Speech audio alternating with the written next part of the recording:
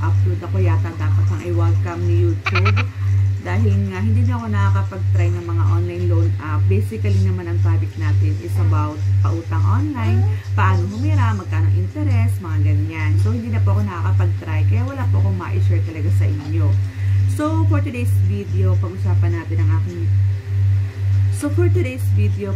ano ba anak, wait lang.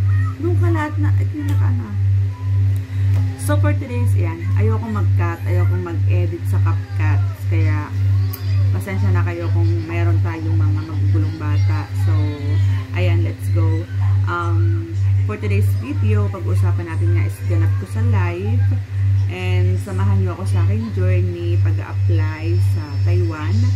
So, ang dami kasi mga legit companies dito sa Pilipinas. So, talaga namang matutulungan tayo para tayo ay makapag-abroad. Especially in Taiwan.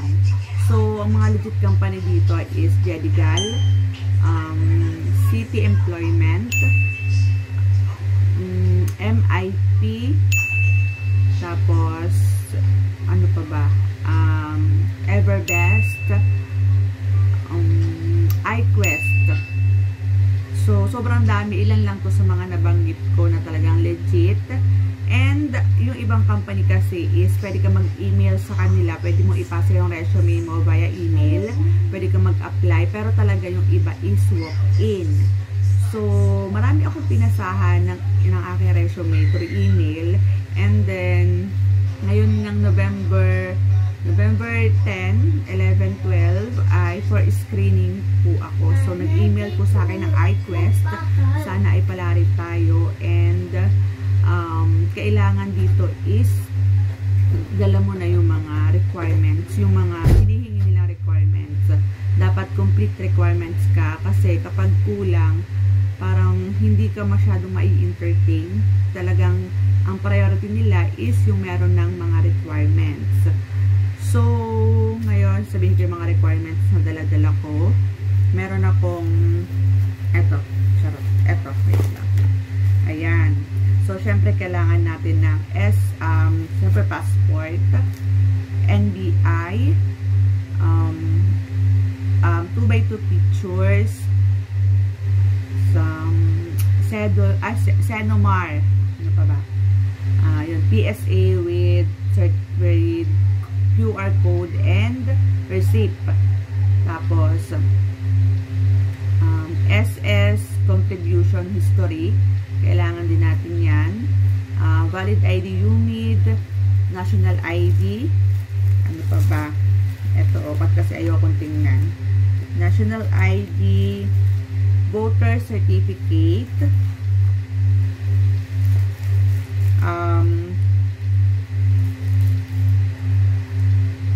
ang tawag dito, POEA, at saka tama ba yung sinasabi ko? Oo, POEA at saka PEOS. Yun. Kailangan yun. So, dito is mag-register kasi kayo dito. Ano pa ba ang mga kailangan? Siyempre, resume mo. And then, yun, nasabi ko na naman yung NBI.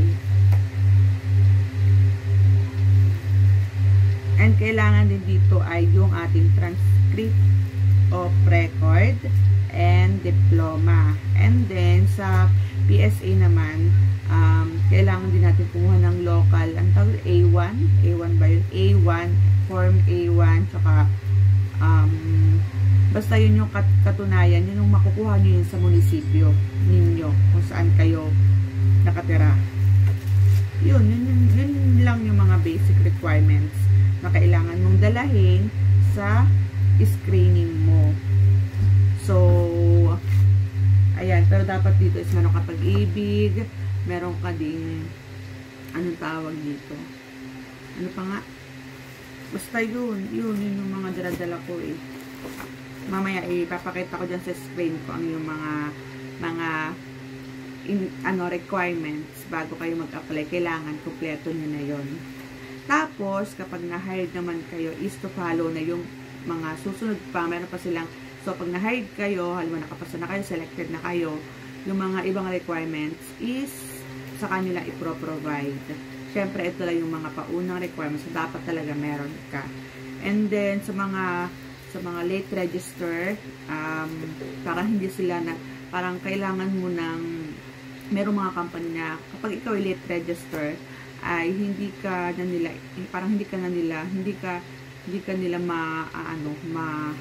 ma-hire, ganun. Tapos, pero meron namang company na kailangan mo asikasuhin, kailangan mo ng mga katunayan copy na, ganun. Basta, so, ayan, November 9 ng gabi, luluwas ako kasi nga, 10 ang screening, 10, 11, 12. So, Monday, Tuesday, Wednesday. So, dapat 8:30 nandun ka na kasi nga talagang sobrang dami nag-a-apply. Sobrang haba ng pila. Once na hindi ka maagap dumating, asahan mo na talaga na pipila ka na sobrang haba. Pero ewan ko lang kasi aagap nga ako.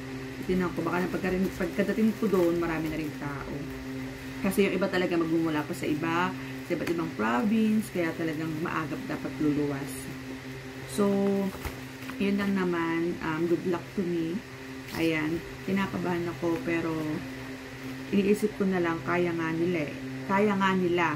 So, dapat, kaya ko rin. So, kaya nga nung iba mas feeling ko naman ay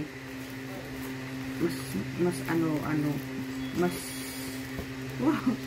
Hindi, iniisip ko lang kasi, syempre kinakabahan nga ako. So, iniisip ko na lang, kaya nga nila. So, dapat kaya ko rin. So, think positive na lang tayo, guys. Kung para sa'yo. Kung hindi, hindi. Diba? Pero, complete requirements na naman ako. So, wala na akong iisipin.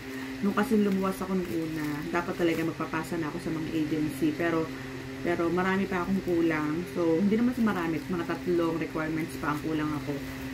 Kaya, nag-alinlangan ako. Umuwi na lang agad ako pagkatapos sa Dedigal.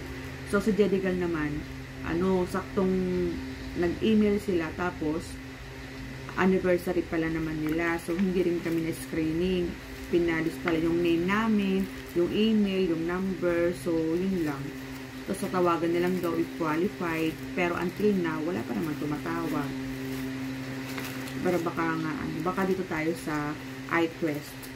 So, dito daw sa screening pala, ang gagawin is, kukunin yung weight mo, yung height mo, and then, yung eye test, yung titignan nila kung malabo ba, or colorblind ka ba, ganyan. So, may mga color dyan. Tapos, anuhin mo yung kung may makikita ka number, ganon. Yun yung sa screening. So, dapat galingan daw sa eye test para ma-proceed ka or ma-select ka sa ka sa interview, and then, interview and exam. Yan. So, ayan, sa Monday is for screening po muna tayo, and basta good luck na lang sa akin. Yun lang for today's video. Ang gulo, no? Sorry naman. Okay, sige na, bye. Hindi ako mag-i-edit nito. Ko lang to.